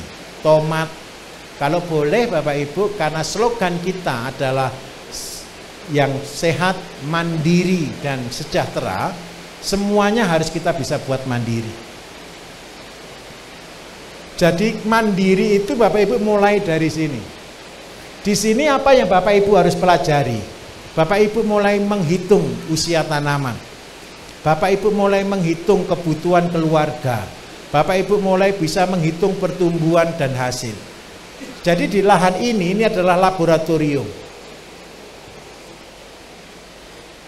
Biasanya untuk belajar di sini butuh waktu 3 sampai 6 bulan. Sampai Bapak Ibu mengenal yang namanya tanaman. Jadi saya minta tolong, kalau 3 kali 3 butuh waktu berapa jam Bapak Ibu untuk membersihkan rumput gitu? Saya jujur ya saya katakan, biarpun Bapak Ibu sedang bekerja dan sebagainya, kita ini banyak nganggur atau tidak sebenarnya? Minta tolong, kalau nganggur duduklah di sini. Lihat tanaman, pelajari, detail. Dari 17 macam ini, tolong dicari apa yang menurut Bapak Ibu pasti yang paling mudah dan apa yang paling sulit. Yang paling sulit tinggalkan. Hidup kita kan cari yang gampang-gampang saja dulu. Cari yang gampang. Gampang itu relatif. Ada orang tanam cabai gampang, ya berarti rezekinya Bapak Ibu di situ. Ada orang tanam sayur gampang, ya rezekinya di situ. Jadi gampang itu relatif. Menurut orang berbeda-beda. Dari mana ngujinya di sini? Goal nomor 1, keluarga cukup, tidak beli sayur seumur hidup. Goal nomor 2, Bapak Ibu bisa menguji pupuk yang Bapak Ibu buat, laboratoriumnya di sini. Kemudian yang langkah berikutnya setelah ketemu kata gampang, setelah ketemu kata berhasil, berarti Bapak Ibu kan sudah punya keyakinan penuh enggak kira-kira? Contoh nih, orang tanam bayam pasti berhasil atau tidak kira-kira?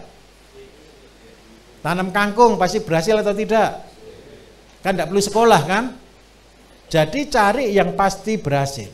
Setelah pasti berhasil, Bapak Ibu di sini pekerjaannya adalah laboratorium pupuk. Saya tulis di sini, laboratorium pupuk, laboratorium tanaman. Terus yang ketiga adalah laboratorium market. Ketika Bapak Ibu mulai ini kan sudah punya ayam nih. Ayamnya walaupun 10 ekor saja. 10 ekor ayam ini banyak atau sedikit Bapak Ibu? Sedikit. Tapi minta tolong, mulai ditimbang. Makannya berapa, kotorannya berapa, telurnya berapa lama, berapa hari, apa yang disukai, apa yang paling ayam itu bahasanya kayak apa.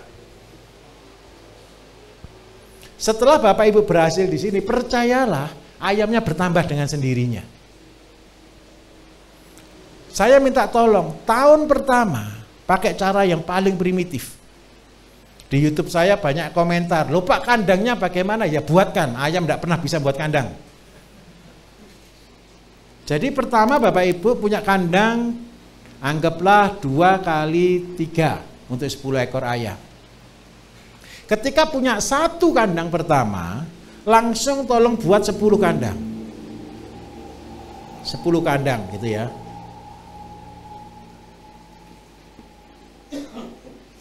Sepuluh kandang. Tujuannya untuk apa? Ketika ayam sudah bertelur, tolong pindah di sini.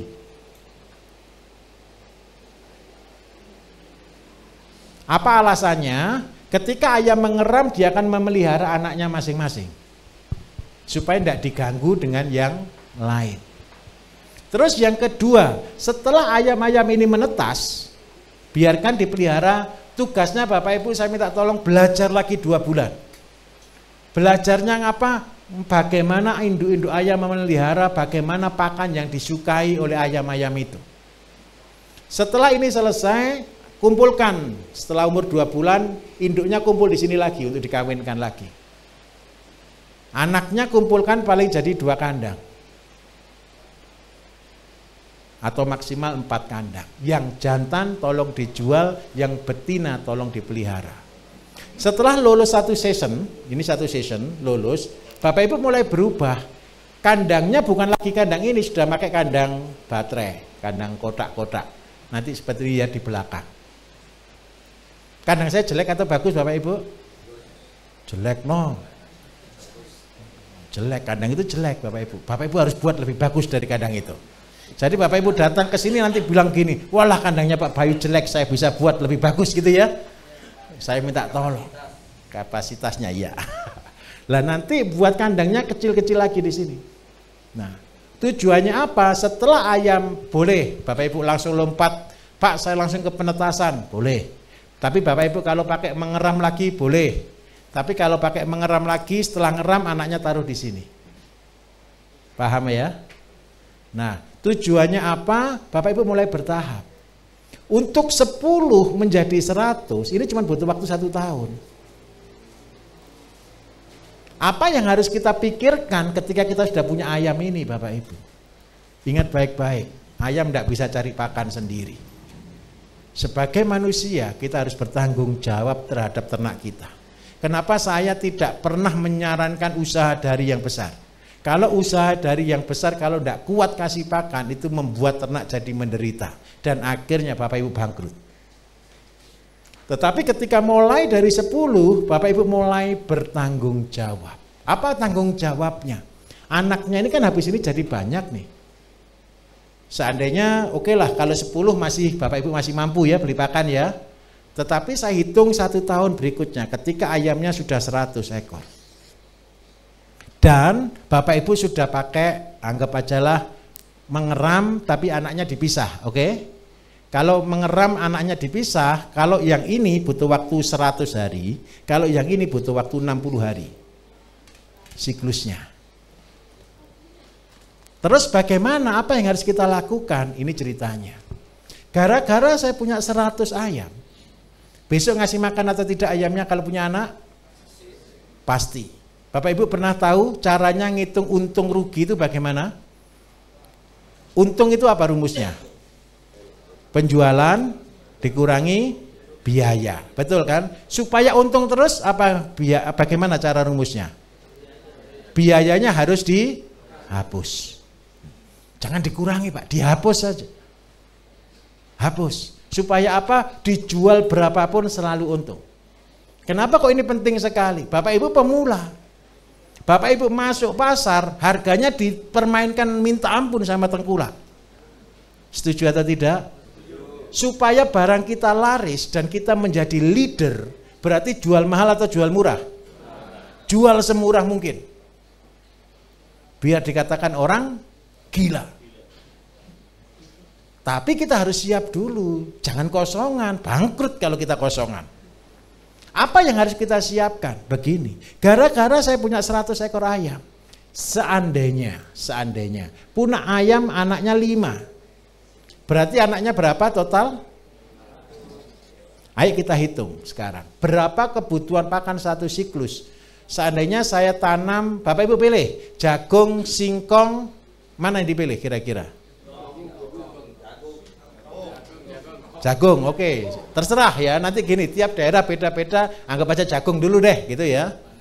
Tahu jagung? 1 tongkol, untuk menjadi 1 kilo berapa biji, berapa tongkol Bapak Ibu?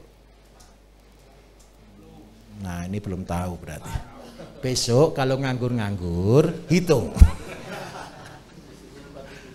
4.000 butir itu benih. Jadi begini, untuk induk pakan 1 hari kan 100 kali 200 gram kali 30 kali 3. Kenapa 3? 3 itu umurnya jagung. Berarti berapa kebutuhannya? 20 kilo dikalikan 30 berapa? 60, 60 dikalikan 3 berapa? 180 kilo. Betul ya? 100 itu sorry 1800 Bapak Ibu, kurang 01. Anaknya 500 ekor, untuk mencapai, kalau pakan kita jagung itu untuk mencapai berat ayam 1 kilo butuh 4 kilo. Berarti 500 kali ketemu berapa? 2 ton. Berarti total kebutuhan pakan kita 3,8 ton, 3.800 kilo. Untuk membuat 3.800 kilo berarti kita harus tanam jagung berapa?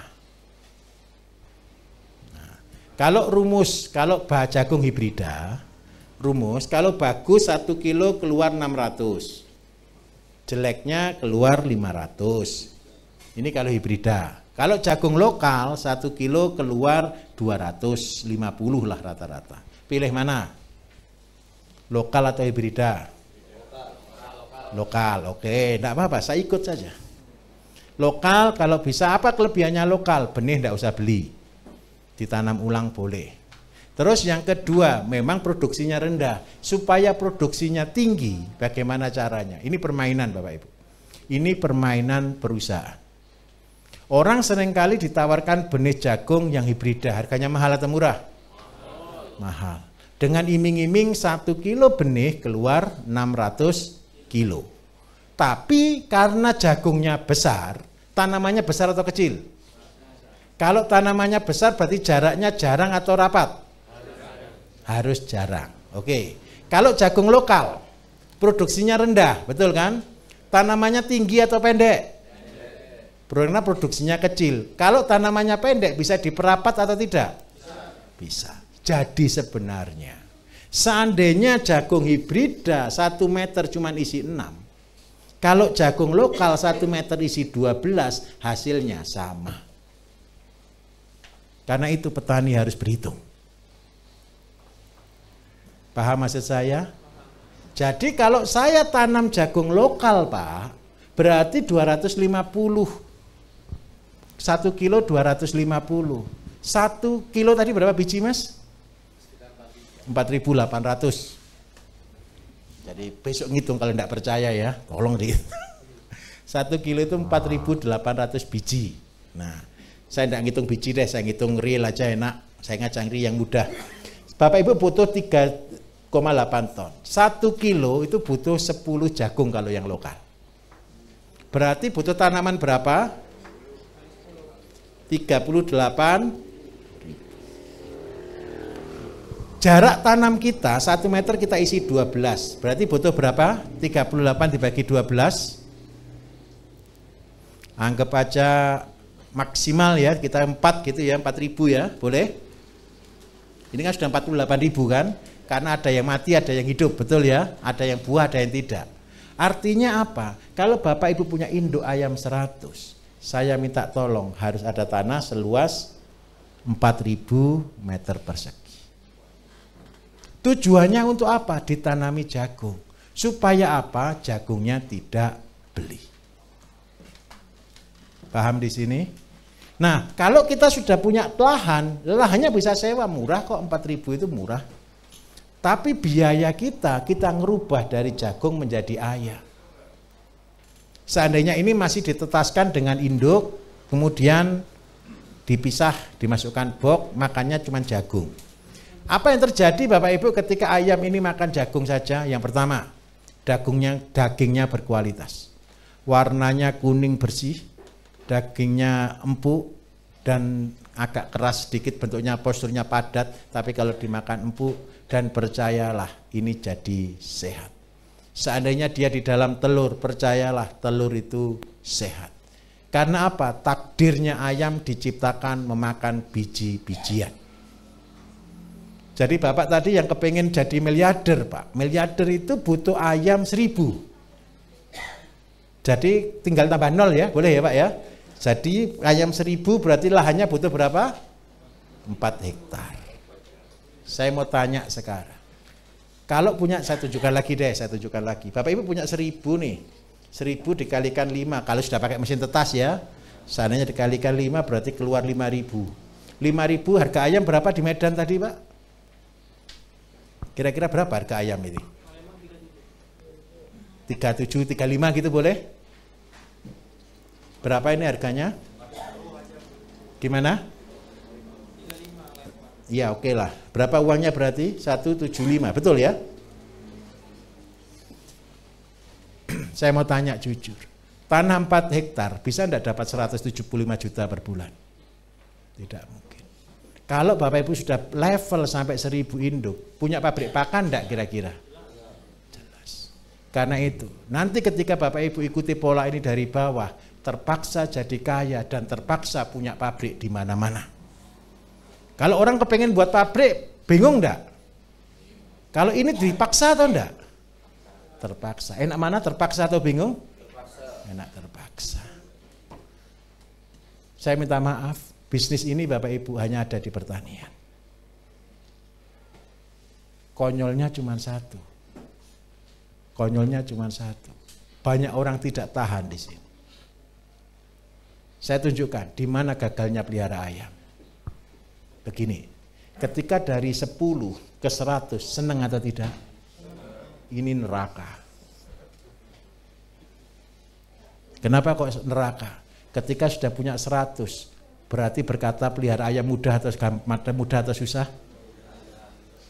Terpaksa kepingin nambah banyak, betul atau tidak? Ketika keinginan kita semakin kepingin cepat kaya, berarti kita akan jatuh. Hati-hati di situ. Saya minta tolong, ketika sudah sampai level 100, bersabar. Pikirannya majunya kenceng, langsung bilang stop. Menunduk, gitu ya. Lihat di bawah saja, santai saja. Paham maksud saya? Saya sering kali gagal di sini. Anak-anak saya sering kali gagal di sini. Saya mau Bapak Ibu tidak perlu gagal. Kuncinya supaya ayam itu tidak pernah sakit sebenarnya cuma satu. Penyakit dilarang masuk. Serius Bapak Ibu, serius. Ada satu teman saya gitu Bapak Ibu, dia orang kaya sekali, karyawannya 3.000 sekian orang. Dia lama sekali bergerak di bidang organik dan dia menerapkan semua ilmu saya. Sampai di kandangnya pun saya sampai heran, ada tulisan Bapak Ibu, penyakit dilarang masuk. Ini eksportir besar. Tapi saya katakan, kenapa kau nulis gitu juga toh Om? Gitu. Saya bilang, loh iya, benar kata-katamu itu, kata-kata adalah doa. Jadi ketika kita masuk situ sambil tertawa, penyakit dilarang masuk gitu loh. Sebenarnya bukan itunya Bapak Ibu. Begini loh. Bapak Ibu ketika mau pelihara ayam, siapkan dulu pakannya. Pakan ini terkontaminasi enggak kira-kira? Saya ulangi, pakan yang Bapak Ibu pelihara ini terkontaminasi dengan yang lain tidak? Kalau Bapak Ibu beli pakan dari toko, apalagi toko poultry, terkontaminasi atau tidak? Kadang-kadang kandang sudah disteril. Penyakitnya lewat mana? Lewat pakan. Karena itu ketika kita pelihara ternak wajib punya pabrik pakan. Oke, setuju? Terus yang kedua, gara-gara ada jagung, ada limbahnya enggak? Apa limbahnya? Ada tongkol, ada kulit tongkol, ada tebatang. Batangnya masukkan mulutnya sapi, ceres. Keluarnya bubur, betul enggak? Tongkol jagung digiling, masukkan mulutnya kambing, jadi pril, jadi granul Bapak Ibu. Nah, keren enggak? Nah, kulitnya masukkan di mulutnya kambing juga. Jadi Bapak Ibu terpaksa gara-gara pelihara ayam, punya jagung, punya pabrik pakan, dan punya pabrik pupuk. Terpaksa atau tidak namanya? Terpaksa, itulah tanggung jawab. Akhirnya apa? Jagungnya pakai beli pupuk tidak? Benihnya sudah ndak beli, pupuknya sudah ndak beli, sudah gratis semua. Mau ayam Bapak Ibu jual 20.000 menang atau tidak Bapak Ibu? Tetap menang. Yang lain rangkau. Cara menguasai pasar begitu. Ada orang komplain, loh Pak kalau kita sudah buat yang bagus kan lebih baik kita jual yang mahal. Menang sekali, lebih enak kalah sekali dan menang selamanya. Betul atau tidak? Saya minta tolong, strategi ini yang kita paham. Banyak orang komplain juga, loh Pak kalau semua orang tanam sayur, semua orang pelihara ayam, semua orang pelihara kambing, nanti kan tidak bisa jual. Bukan tidak bisa jual, kalau semua harganya murah, negara pasti ekspor. Betul atau tidak kira-kira? Bapak Ibu kepengen jadi importir atau eksportir? Indonesia ini, kalau ini dijalankan, ngeri. Saya kasih contoh. Ada di sini yang perangkat desa? Tidak ada perangkat desa. Atau BPD begitu tidak ada? Oh tidak ada ini. Biasanya banyak kepala desa yang ikut biasanya. Satu desanya Bapak Ibu berapa kakak? Rata-rata 2.000 lah gitu ya. 1.000 lah, 1.000 kakak gitu aja ya. Oke, saya tunjukkan. Seandainya satu desa ada 1.000 kakak. Pelihara ayam 10 saja. Banyak atau sedikit? Bukan. Satu keluarga punya 10, banyak atau sedikit? Sedikit. Betul enggak ya? Sedikit. Berarti kalau seandainya ini kali 5 anaknya, 5 kali 10 berapa? 50 kali 1.000 berapa? 50.000. 50.000 kalikan 30.000 aja deh. Berapa Bapak Ibu? 1,5 M. Satu desa bisa punya pendapatan 1,5 M. Dan tidak ada orang nganggur di desa. Betul atau tidak? Saya heran. Kenapa di desa-desa tidak mau? Saya minta tolong Bapak Ibu yang jadi penggeraknya di sana. Banyak orang berkata pengangguran di mana-mana, bukan pengangguran di mana-mana, ndak tahu caranya. Kalau caranya begini, wong sawah itu tidak mungkin di kota, Bapak Ibu, percayalah. Tanam jagungnya di desa, tanam semua di desa, pelihara ayam di desa. Desa inilah pabrik yang terbesar. Paham di sini? Mudah enggak kita kira-kira kita bangun Indonesia kalau begini? Saya minta tolong, cintai bangsa kita. Siapa lagi yang mencintai kalau bukan kita? Setuju ya? Semua punya kambing, nggak usah banyak, satu saja. Setiap keluarga yang setiap tahun punya satu saja. Ada 1000 tiap desa. Satu Indonesia ini punya, ngeri dunia. Itulah yang menjadi kekuatan Indonesia, agraris. Saya pernah sampai buat konten agak emosional, Bapak Ibu. Politik jahat membunuh pertanian, betul ya? Apa sih yang dibunuh? Tahu enggak Bapak Ibu, apa yang dibunuh dari petani itu? Otak kita. Dibuat tergantung. Dibuat petani seolah-olah tidak mampu. Gara-gara pupuk demo, padahal pemerintah juga tidak bisa menyediakan pupuk. Buat pupuk itu tidak gampang Bapak Ibu. Harga mahal protes, harga murah protes. Dipikir pemerintah juga bisa menentukan harga. Tidak bisa, itu pasar. Tapi seandainya petani semua sadar, berubah menjadi mandiri, maka Indonesia akan menjadi negara yang luar biasa. Saya minta tolong, ayo kita berubah dari diri kita. Jam berapa? Oke, baik. Bapak Ibu, habis ini kita praktek dulu. Nanti materi kalau malam saya tambah lagi, besok tenang, masih bersama dengan saya full. Oke, kita akan pindah ke ruang sebelah untuk buat praktek. Saya minta tolong tidak ngobrol ya, perhatikan karena ini kunci semua. Ini bukan buat pupuk, ini ilmunya Kanjeng Dimas. Tahu ilmunya Kanjeng Dimas? Penggandaan. Oke, selamat praktek Bapak Ibu.